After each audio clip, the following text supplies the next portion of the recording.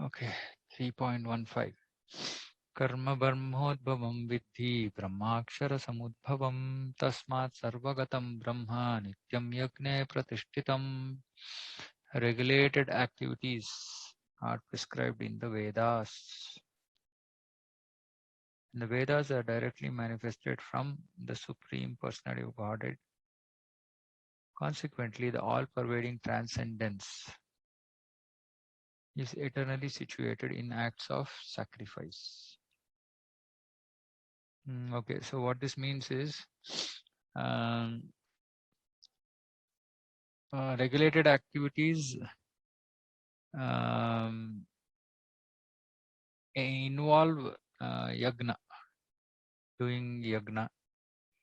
Um, so, and because these yagna, these regulative activities, all those are given in the Vedas, and Vedas are coming from the Supreme Lord. So, indirectly, the Supreme Lord Himself is present in the yagna. So that is what this saying. All pervading transcendence means the Supreme Lord. He himself is eternally situated in the acts of sacrifice. So which means that one has to engage in yagna. That is the message here. Yagnatar karma, or the necessity of work for the satisfaction of Krishna only, is more expressly stated in this verse. So this is yagna by karma. So working for the satisfaction of Krishna. If you have to work for the satisfaction of the Yagna Purusha Vishnu, then we must find out the direction of work in Brahman or the transcendental Vedas. So which means if you want to know how to satisfy Vishnu, then we have to know that from Veda. The Vedas are therefore codes of working directions. Codes. Codes means directions.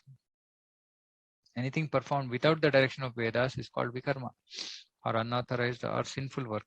Therefore, one should always take direction from the Vedas to be saved from the reaction of work. So if we work as per the direction of Vedas, then we won't have, and there won't be any reaction of work. As one has to work in ordinary life by the direction of the state, one similarly has to work under the direction of supreme state of the Lord. Such directions in the Vedas are directly manifested from the breathing of the Supreme Personality of Godhead. It is said, Asya Mahato Bhutasya Nishvasitam Etat Yad Rigvedo Yajurveda Samavedo Atharvangirasaha. The four Vedas, namely Rig, Yajur, Sama, and Atharva, are all emanations from the breathing of the great personality of Godhead, the Dharanic Upanishad. The Lord, being omnipotent, can speak by breathing air. For as it is confirmed in the Brahma Samhita, the Lord has the omnipotence to perform through each of his senses the actions of all other senses. In other words, the Lord can speak through his breathing, he can impregnate by his eyes. In fact, it is said that he glanced over material nature and thus fathered all living entities. So this is creation. In the creation, Lord just glances over Prakriti, material nature, and then she gets into action. And by the glance only, the Lord impregnates, puts all the conditioned souls into the womb of material nature. After creating or impregnating the conditioned souls into the womb of material nature, he gave his directions in the Vedic wisdom as to how such conditioned souls can return home, back to Godhead. We should always remember that the conditioned souls in material nature are all eager for material enjoyment. But the Vedic directions are so made that one can satisfy one's perverted desires, then return to Godhead, having finished his so-called enjoyment. So in the Vedas, Veda also allows one to be happy in this material world. So it is a chance for the conditioned souls to attain liberation. Therefore, the conditioned souls must try to follow the process of yagna by becoming Krishna conscious. Even those who have not followed the Vedic injunctions may adopt the principles of Krishna consciousness. And that will make the place of performance of Vedic, that will take the place of performance of Vedic yagnas. So basically, Vedas prescribe duty, which is in the form of yagna, which is working for the satisfaction of Vishnu. And the Vedas also, by the performance of these yagnas, actually people can also be happy in this material world as when they are here, and at the end attain liberation. So one must try to follow the process of yagna. And of course, we know in Kali Yuga, the most effective yagna is Sankirtana yagna. So we have to do two things. Actually, main thing is Sankirtana yagna. So one must engage in Sankirtana yagna directly and utilize his earnings in promoting Sankirtana yagna. So if we do both these, we'll be doing work for the satisfaction of Krishna, and we will also be directly engaging in yagna for the Lord by engaging in Sankirtana yagna. Any questions? Is it clear?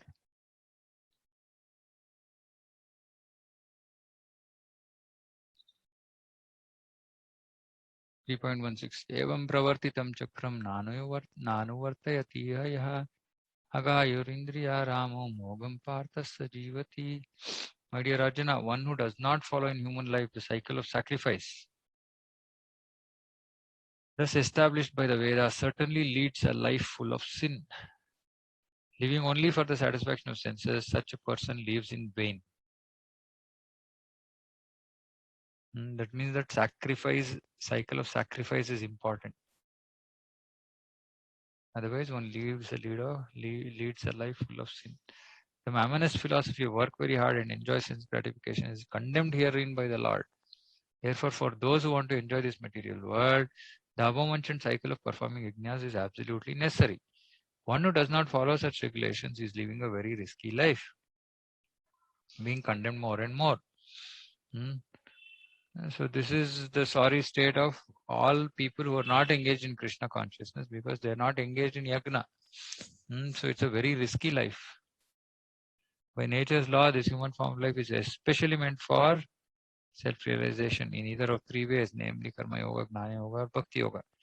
There is no necessity of rigidly following the performance of the prescribed yagnas for the transcendentalists who are above vice and virtue, but those who are engaged in sense gratification require performance purification by the above mentioned cycle of yagna performances.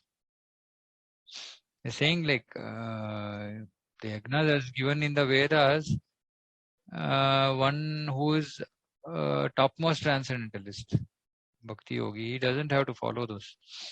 It is required for those who are engaged in sense gratification, so that by doing yagna one gets purified. Of course, in Kali Yuga, both yagnas, the Sankirtana yagna is both for purification as well as for perfection, both. But in other yugas, there would have been two different yagnas, one for purification, the other to achieve perfection. There are different kinds of activities. Those who are not Krishna conscious are certainly engaged in sensory consciousness. Therefore, they need to execute pious work, because if they want sensory consciousness, means they want to satisfy their senses, they should not at least engage in impious work. They can do that by engaging in pious work. The yagna system is planned in such a way that the sensory conscious persons may satisfy their desires without being entangled in the reaction of sense gratificatory work. So one is not doing vikarma, the other is even karma also can be avoided if one follows the rules of Shastra, of Vedas properly. The prosperity of the world depends not on our own efforts, but on the background arrangement of the Lord, directly carried out by demigods. So if the world has to be prosperous, then demigods should be pleased. Basically, that's what he is saying. Therefore, the yagnas are directly aimed at the particular demigods mentioned in the Vedas. Indirectly, it is a practice of Krishna consciousness. Indirectly, because when one masters the performance of yagnas, one is sure to become Krishna conscious. So Prabhupada is saying, if one performs yagnas properly, and then one will understand, okay, these yagnas are being done for the demigods. Demigods are part and parcel of Krishna. So Krishna is the Supreme Lord. So one has to please Krishna. So they automatically become Krishna conscious. But if by performing yajnas one does not become Krishna conscious, such principles are counted as only moral codes, which means that practically it is useless. One should not therefore limit his progress only to the point of moral codes. Moral codes means this is right, this is wrong, this has to be done. But one should transcend them to attain Krishna consciousness. So basically the point is that we should not get stuck in Vedas, puja, this, that and all that, unless these things are going to take us to Krishna. None of those are of any use, right? Or punya karma, like people want to do pious work. Now, which is good, provided they take that path and subsequently come to Krishna.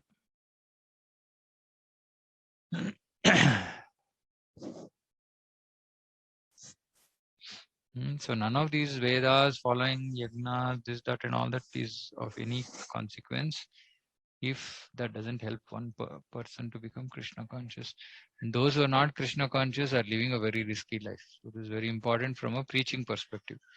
So when we're talking to people, we should say this, because there's so many type of obligations. Devarshi bhutaptanram pitrinam na kinkaronayam rinicharajan sarvatmanaya sharanam sharanyam gato mukundam paryartakritam. There are 6 kinds of obligations. One who doesn't keep up the obligations lives a very risky life.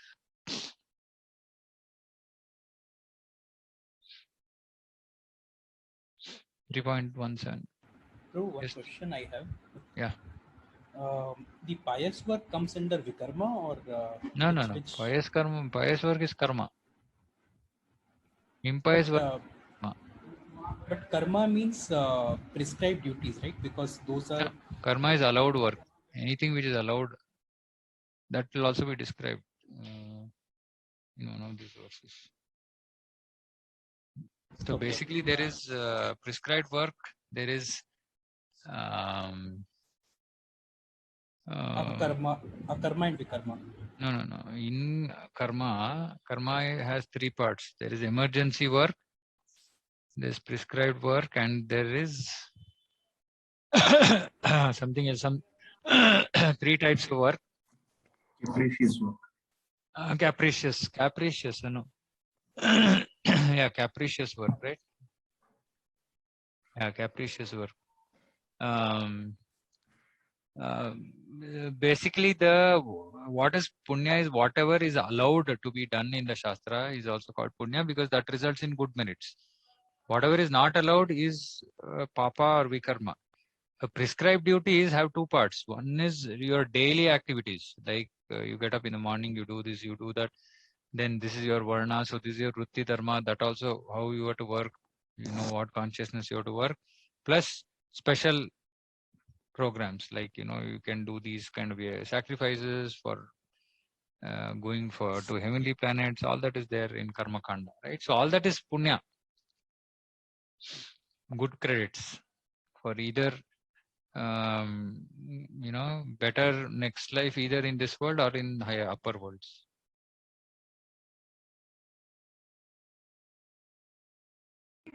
Okay, bro. Yeah. 3.17. यस्त्वा आत्मरतिरेव स्याद् आत्मतृप्तश्च मानवः आत्मन्येव च सन्तुष्टस्तस्य कार्यं न विद्यते.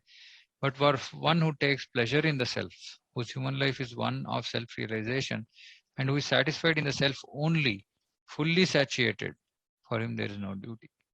So one who takes pleasure in the self, that means that he is fully Krishna conscious. A person who is fully Krishna conscious and is fully satisfied by his action Krishna consciousness no longer has any duty to perform. Due to his being Krishna conscious, all impiety within is instantly cleansed.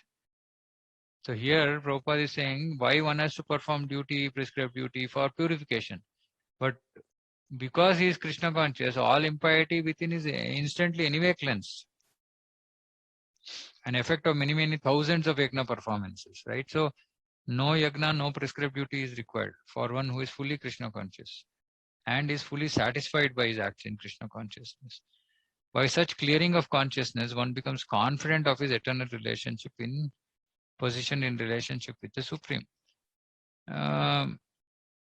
This is as we progress, right? So as we make progress, then we will also, and this is Nishtha. Basically, we are fully confident that we are servants of Krishna. His duty thus becomes self-illuminated by the grace of the Lord. Therefore, he has no longer any obligations to the Vedic injunctions. Self-illuminated means the Lord reveals his Swarupa, right? So, and then he doesn't have any obligations to Vedic injunctions. Such a Krishna conscious person is no longer interested in material activities and no longer takes pleasure in material arrangements like buying women and similar infatuations.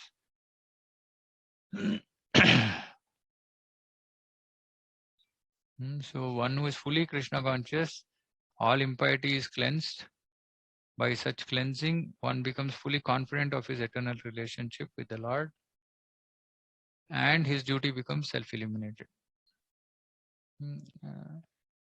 This can be understood in different ways, I guess. Duty self-illuminated means in his Swarupa, how he serves the Lord becomes self-illuminated, or that he is just servant of the Lord, he is fully confident, and that also is revealed how, like, that he should be a servant of the Lord, serve the Guru. Both ways we can understand. But the point is that he has no obligations. When it comes to that stage, no obligations to the Vedic injunctions.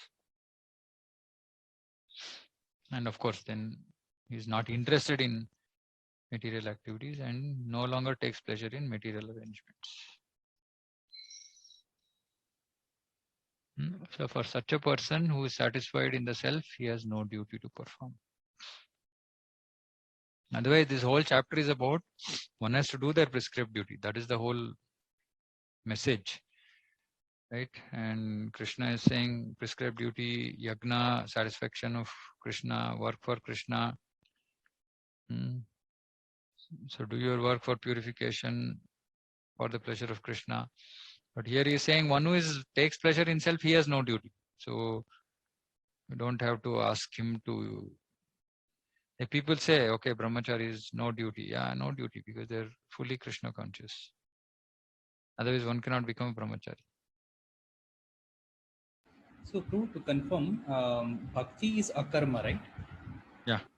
Bhakti is akarma, and then vikarma is the work which is not prescribed by Vedas, and I think Yeah, impious work. Basically. Impious work. Even capricious work will come into vikarma only, right? Because that is like the work done without any thought, right? It is like very whimsical way of doing.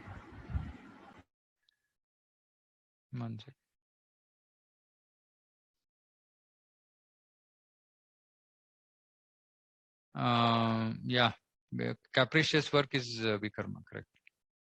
Yeah, and in the karma section there are 3 divisions. One is punya, one is prescribed duty, and third is emergency duty. Is the routine work, emergency, and desired activities. Yeah, this is what I was. So routine work is your day-to-day work. You go to work, you do this, blah, blah. Emergency work and desired activities. Desired activities is where these things come, like karma kanda. Yeah, punya also come. Yeah. No, this is all punya only. This all 3 are punya. Karma is punya only. Okay. Right, but if you do work without results, then you won't. It will become nishkama. If you do nishkama karma, then there is no phala. But typically it is in the punya category. Yes, now it's clear. Thank you. Okay. 3.18.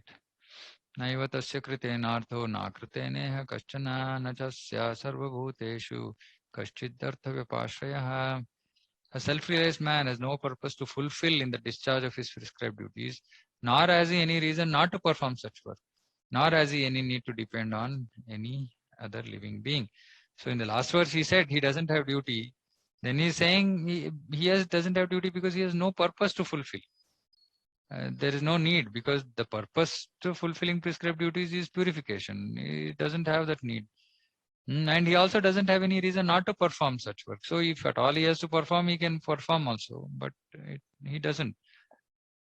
Especially one in Krishna conscious, he has no time to perform unnecessary prescribed duties. He is so fully engaged in Krishna conscious. Also, he does not depend on any other living being. A self-realized man is no longer obliged to perform any prescribed duty, save and except activities in Krishna consciousness. Krishna consciousness is not inactivity either, as will be explained in the following verses. A Krishna conscious man does not take shelter of any person, man or demigod. Whatever he does in Krishna consciousness is sufficient in the discharge of his obligation. So this means that if there is any difficulty, etc., it's not like he will go and ask somebody saying, help me out, do this, do that. No, he will simply, he's just whatever Krishna gives, he's happy to take. Whatever he does in Krishna consciousness is sufficient in the discharge of obligation, because we have obligations to perform, but he is not bothered about that. He doesn't take, okay, this demigod is pleased, that demigod is not pleased. He's not worried about all that. Take shelter means he is not trying to please any of them. He's just trying to please Krishna. That's all.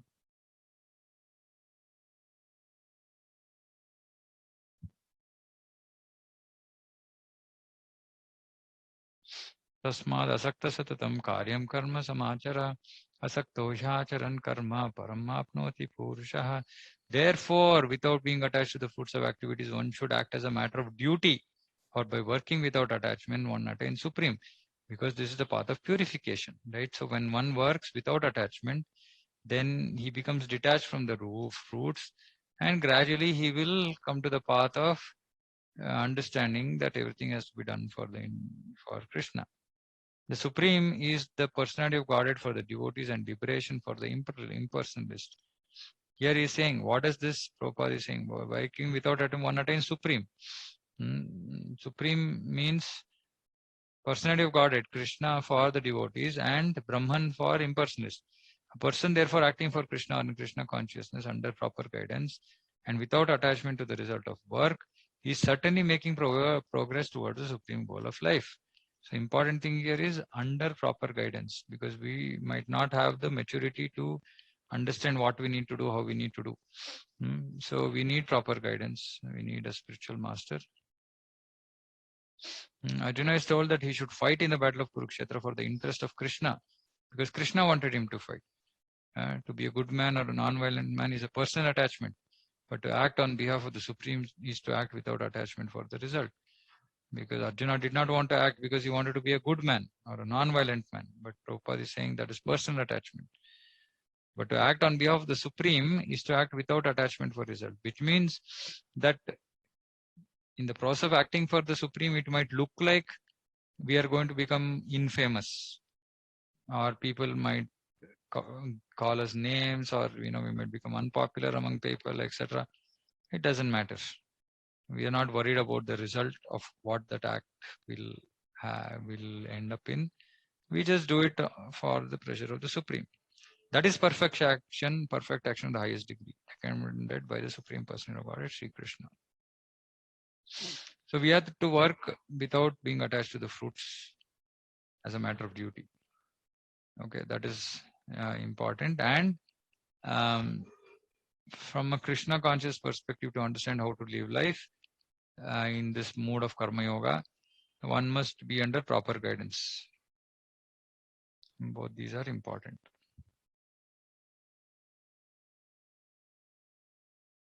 Vedic rituals like prescribed duties are performed for purification of impious activities that were performed in the field of sense gratification. But action in Krishna consciousness is transcendental to the reactions of good or evil work. A Krishna conscious person has no attachment to the result, but acts on behalf of Krishna alone. He engages in all kinds of activities, but is completely non-attached. So when we are engaged in Krishna conscious activities, because it is all being done for the pleasure of Krishna, we should not be attached by the nature of activity. Oh, this is good, this is bad, I like this, I don't like this. No. We should engage in whatever it takes. Prabhupada used to say, whatever it takes. Right? All kinds of activities.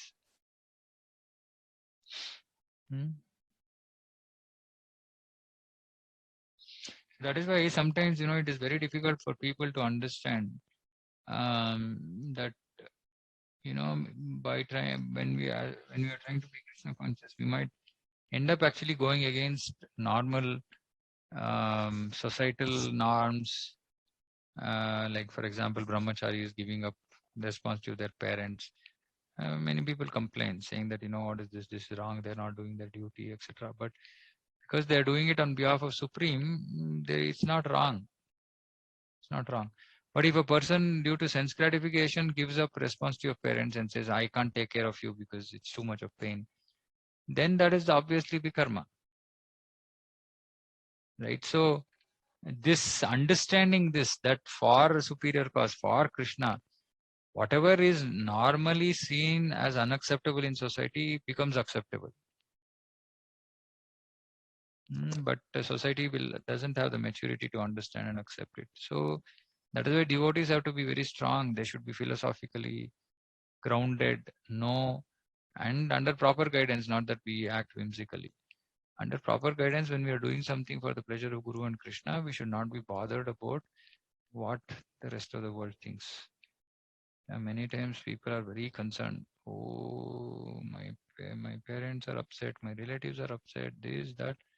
But for what? We are not doing anything wrong. Why should they be upset? That is because they just don't have any idea. But that doesn't mean that we don't do our bhakti. Of course, like whenever I say things like this, each and every situation has to be separately studied and handled. But if it is not very serious, then we shouldn't bother about, like, for example, relatives. Trying to please some relatives, going to their house, some function, have to eat whatever is there, non-prasadam. Not required. We have absolutely no obligation, and it is not wrong because we are trying to satisfy the Supreme Lord.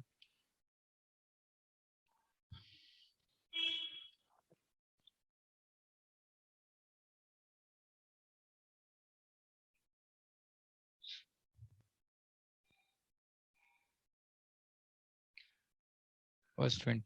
Karmanaiva hi samsiddhim astita janakadayah loka sangrame vapi sampashyan kartum arhasi.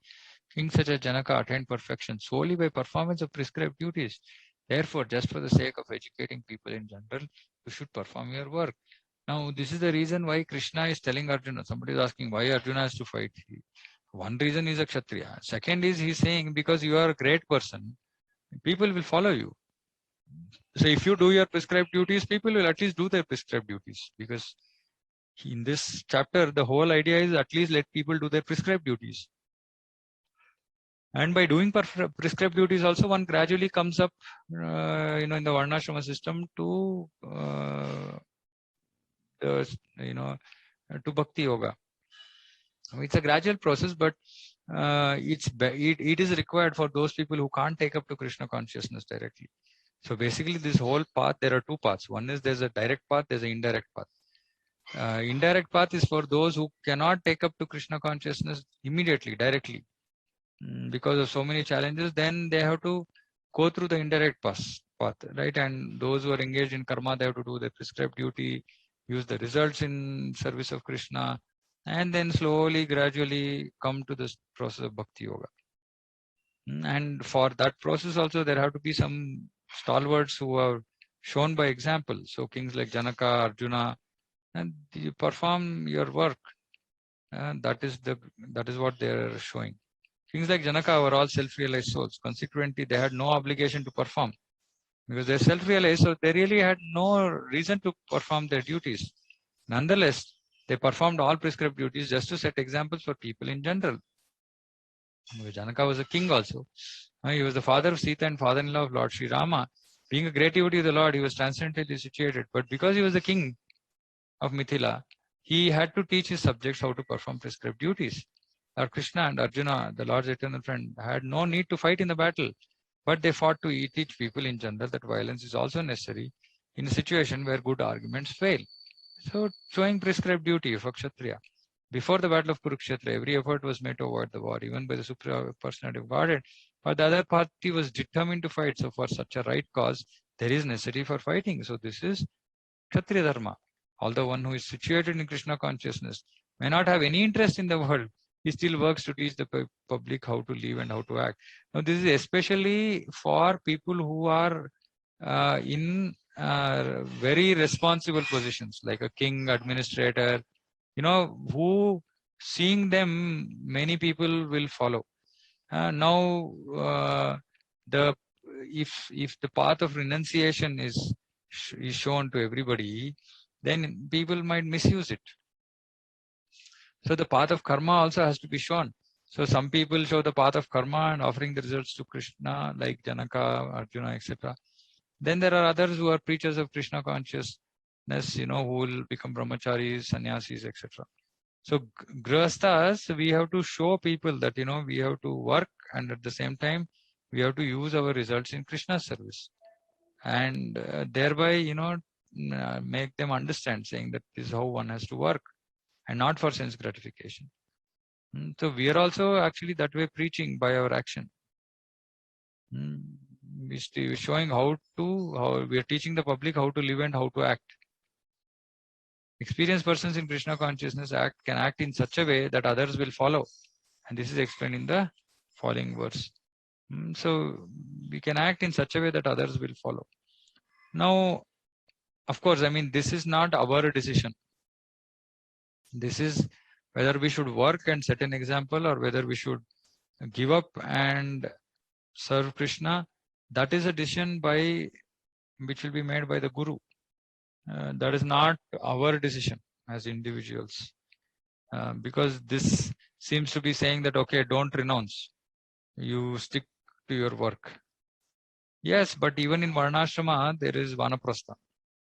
So at least at that point of time, somebody has to come out. But if somebody has to come out before that, then that is a instruction of the Guru. It's not whimsical. We can't simply just decide that, okay, I'm going to engage in work or not engage in work. Or somebody might say, even after in Vanaprastha also I will work.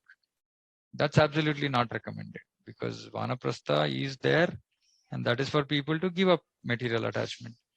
That anyway has to be done.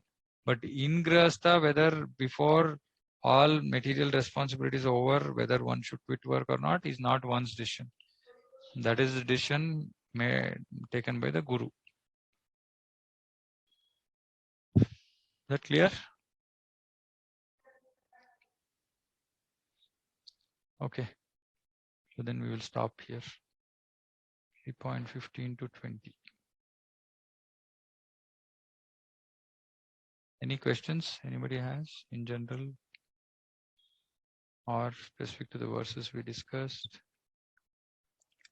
Praji, regarding this last verse, it is mentioned that King Janaka achieved perfection by performing prescribed duty. Yeah. Yeah, because he was, so two things here. He was a great devotee of the Lord, number one. So he worked just to show people the path. Right? Arjuna also achieved perfection by performing prescribed duty. Right? Because when the great devotees are performing prescribed duties, they know that it is all for the pleasure of the Lord. So which means that it is, they are engaged in that way karma yoga, but actually internally they are engaged in bhakti yoga. Yes. But even in Varnashrama, the path of grihastha leads one to Vanaprastha and then to sannyas, which is path of perfection. Right? Okay. So that is why even grihastha dharma, prescribed duty, if done properly, one automatically progresses to Vanaprastha. Okay. And in Vanaprastha, what happens? There is no karma. There is only bhakti. So whether we follow Varnashrama dharma or we do, bhakti plus karma yoga, either way, we have to come finally to the path of Kevala Bhakti, which is done in different ways. The kind of framework might be different, but the whole point is, prescribed duty means working without attachment to result. And, once grihastha duties are over, coming to Vanaprastha. That is prescribed duty, because Vanaprastha is also part of prescribed duties. Okay. So Varnashrama also brings one to the same stage. But just the prescribed duty will not lead to perfection, right? Prescribed duty is a stepping stone. if one doesn't do prescribed duty, then he'll engage in vikarma, which means he'll go to hell. Mm. If he does prescribed duty, then he is under the guidance of the Shastra. That itself is submission. That itself is surrender. Saying that, okay, I am not going to do things whimsically, the way I feel like doing, which is what this material world today, Kali Yuga, is about. It's about my convenience. I don't care. I don't even know what is there in the Vedas, and I don't care about it. This is the path to hell. Right now, if somebody is concerned saying that, okay, what is my varna, what is my ashrama, what is my prescribed duty, that means that he will be protected, basically, right, from living animalistic life, not based on Vedas. And then as he starts following prescribed duty, then see, in Varnashrama, we should know Varnashrama has a lot of do's and don'ts. Mhm. People are not allowed to do so many things. People are allowed to do only certain things. Now they will start living as per that. So prescribed duty doesn't just mean work. There's also culture associated with that. And Right. that whole lifestyle will make people understand, saying that, oh, okay, by the way, I have to, there's also end to Grihastha Dharma. In Grihastha Dharma, first of all, they'll become completely detached from me and mine, because whatever they're earning, they're using it for Krishna's service. So there's no question of sense gratification. Then they will also come to understand, okay, now that I'm given up this me and mine, okay, what next? What should I achieve in this life? Oh, okay, Vanaprastha. What do I do in Vanaprastha? Bhakti. Okay, so they engage because they've been trained to follow the instructions, Yes. right? And that is a big thing, actually. Surrender to the instructions of Vedas is a big thing, which modern society doesn't even care for, right? Yes. Yes, please. That is why this whole third chapter, you see, I mean, first time when I was reading, I was like, why so much of harping on prescribed duty? Anyway, we can't even do prescribed duty. Then Krishna says, okay, do it for the satisfaction of Krishna. Okay, Krishna, I don't know. I mean, I don't know. Doesn't seem to be Varna Ashrama clarity around me. But whatever I'm earning, I will use in your service. This is action for Krishna. Purification. That is the reason why I keep saying Grihastha's safest way is to, whatever Lakshmi you're earning, as much as possible, offering it to Krishna. It is completely, to the extent that you are offering, it purifies your existence. I mean, basically up to a maximum of 50%, right? As in up to a maximum of 50% you part from with your salary, you get 100% you are absolved of all your karma phala. No karma phala. Because this is the path. 50% of the earnings, if it is used for Krishna consciousness, then zero karma phala from that work, right? And now karma phala means, okay, not next life suffering, but consciousness. It clears our consciousness. And when we are using that Lakshmi and Krishna service, then we are doing bhakti, which will have its own impact. So for us, when we are doing this, we are not really worried about, okay, no karma phala, so next life, lesser reactions. No, we are more concerned about that being offered to Krishna, we become purified. Our heart becomes cleansed. So which means that we can move faster on the path of bhakti.